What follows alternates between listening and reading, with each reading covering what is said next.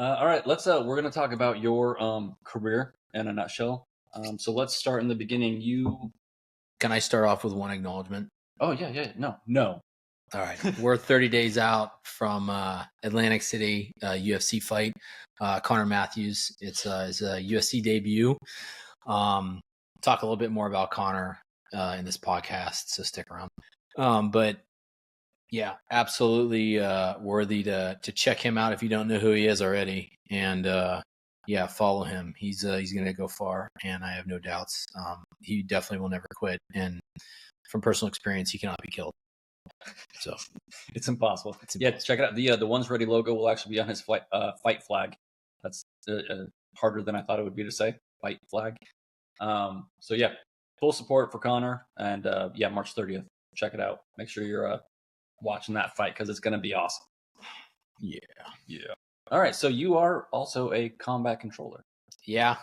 So came in the military 2004 to be a combat controller. I was drawn to the military for a lot of the same reasons folks were back then. Not that it's changed very much now, but I had a motivation to come in the military and do a thing. Big difference is the lack of information that we had back then. I had a recruiter who told me that he doesn't really know exactly what we do, and he doesn't have all the different answers, but he handed me a trifold.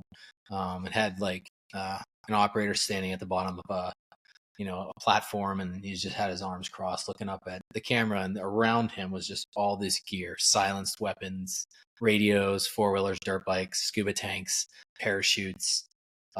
Man, you think about like the cool James Bond Gucci gear, like that's all the stuff that was just around the guy. And I'm like, man, that's all the stuff that they use. And he's like, yeah, and they're crazy. I was like, okay. Well, as an 18-year-old, you're not like, how do I carry all that? You're yeah. like, no, that looks cool, man. Yeah, no, it doesn't matter. That's going in the bag. But yeah, so I initially did not go in the Air Force office. I went in the Marine office. Some of the biggest, strongest culture. The Army office, the Navy.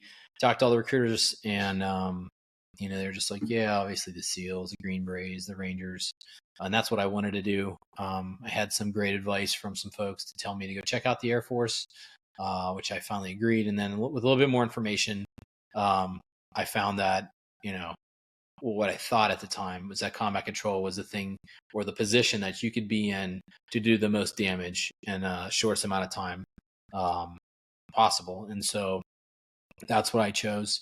I wanted to, go after the enemy. I want to get it on. I definitely wanted to be a part of something bigger than myself. I want to be a part of a team, all the things. But I want to go after the bad guys. That was the thing that I was most motivated to do. Yeah. So step one, you went to the Y, you learned how to swim from the old folks, and then right into the pipeline, ready to go. Yeah. No development, no information. Every day prior to coming in the military, getting in the water. Yeah, absolutely. Talking to the old people and be like, how are you swimming for an hour straight? And then finally developing my own like little training routine that I think was pretty successful. Because back in the day, you got one chance to do any kind of physical training outside of the regular basic military training. And that was when they threw everybody in the pool at the same time and said, you got to do this. And if you don't make it, you're going to do another job in the military. 3, 2, 1, go. Everyone's a one, one's ready to go.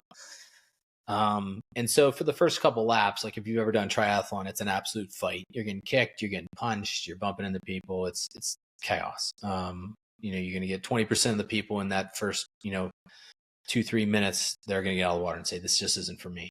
Yep. After that, it spreads out a little bit. Everyone kind of finds their lanes and their places, and you just continue to go. Then you get in the zone. But, made it through that. Basic training was, like a lot of people then and now, it wasn't what I thought. It wasn't what, they portray in the movies. It was like marching. It was folding clothes and making beds perfectly. Real good close friend of mine who's a drill instructor who would argue till he's blue in the face and talk about how marching is where discipline stems from. I don't think I'm there yet, but the guy's really good at what he does. He was a BMT instructor. He went on to be like a drill instructor at the officer candidate school. He's absolutely just an inspirational individual. He's retired now, but yeah, you talk about how discipline stems from those little things, those things that are like kind of nuanced.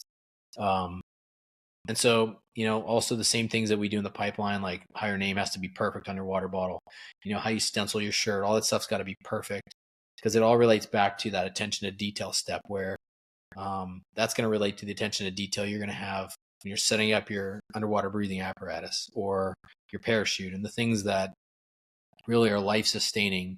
And by the way, it's just how you get to the job. And then there's going to be a whole lot more attention to detail from the things you say to the things you do. You make one wrong move, it could be your life or your buddies. So I got BMT out of the way, and I got to the pipeline, and I discovered, the instructors. I discovered, in combat control selection course at the time, the different things that you can do and you can't do. And I got dropped a million times, and there were some pretty psychotic, hilarious instructors at the time who definitely knew how to dial it up and push us. That doesn't sound like them at all. No. It push it to the limits. And man, dude, it was just great because like you'd embrace it, and there was like a sense of competition. It's something that I think nowadays, like if you're coming in to do this, or if you're going to do anything that's challenging, if you look at it as a competition, it's going to be 1,000 times better. You're competing to be the best at that thing. You're not competing to survive. If you're competing to survive, then maybe this isn't for you. But you see that in the pipeline when you're a student. You see it, when you're an instructor later on. But yeah, there's a time for collaboration, but that comes later, right? And I think that's what our society is focused on a lot these days. But yeah, in the beginning of that, we need to know that you're the caliber of person that we will collaborate with, right? So you need to get in there, compete, embrace it, attack it, and get through it, just like you got through your pipeline. Yeah. Just like everybody else, like I had my setbacks. I definitely had things I had to learn. Being 20 pounds lighter than I am now, carrying rucks and finning were like the two challenges for me, like the Smurf squad, if you will. Yeah, so like that kind of stuff's difficult, but everything else, like, the pool thankfully was my happy place. If you could be good at one thing, I would suggest, being good in the water. But working in the water, working calisthenics, all that stuff's it's all real important. It's important equally. And in preparation of that, building muscle is going to build capability, but you got to build your cardiovascular and muscular endurance at the same time. Yep. Otherwise, you're just building, oxygen depriving, tissue. It's going to suck a lot of oxygen up, and you're going to black out underwater. We'll pull you out. But yeah.